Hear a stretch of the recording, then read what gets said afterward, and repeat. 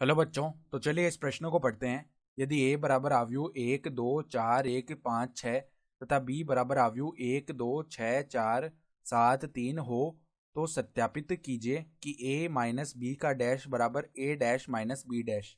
तो यहाँ पर देखो दो आव्यूह a और b दिए हुए हैं, तो हमें सत्यापित करना है कि a माइनस बी का जो परिवर्त है यानी a माइनस बी डैश है वो a के परिवर्त माइनस b के परिवर्त के बराबर है।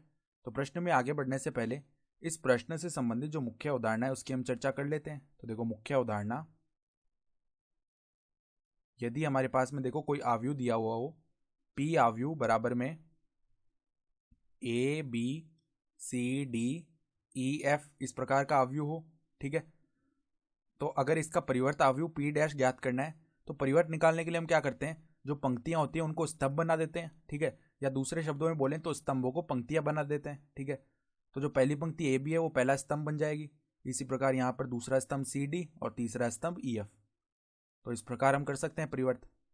तो अब देखो, अगर हम ए डैश ज्ञात करें तो ए दिया हुआ है, तो ए में पंक्तियों को स्तंभ बना देते हैं यहाँ पर। तो 1 2 4 1 5 6 ये आ गया ए डैश का मान। अब बी डैश निकाल लेते हैं, ठीक है। तो बी डैश बराबर में क्या आएगा, 1 2 6 4 और 7 3, ठीक है। तो अब हम क्या करते हैं, a माइनस बी निकालते हैं।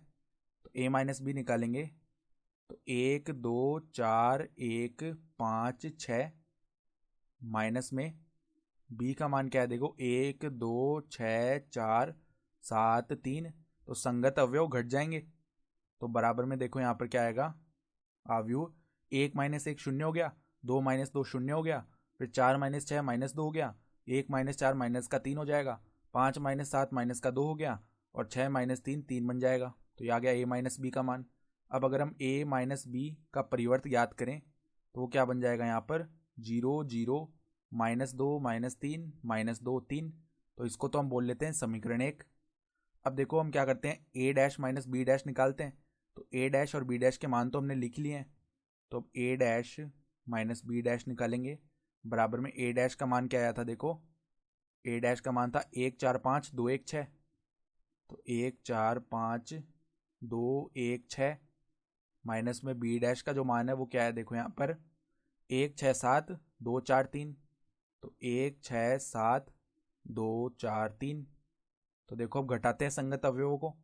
तो 1 माइनस 1 शून्य हो गया, 4 माइनस 6 माइनस 2 हो गया, 5 माइनस 7 माइनस का 2 हो गया, 2 माइनस 2 शून्य हो गया, 1 माइनस 4 माइनस 3 हो गया और 6 माइनस 3 3 हो गया। तो ये किसका मान आया, a डैश माइनस में b डैश का। इसको बोल लेते हैं समीकरण 2। तो समीकरण 1 और 2 से हम देख सकते हैं कि जो a माइनस बी का डैश है वो किसके बराबर आ रहा है, वो a dash minus b dash के बराबर आ रहा है। देखो समीकरण 1 व 2 से a माइनस बी का जो डैश है वो a dash minus b dash के बराबर आ रहा है और यही हमें सत्यापित भी करना था।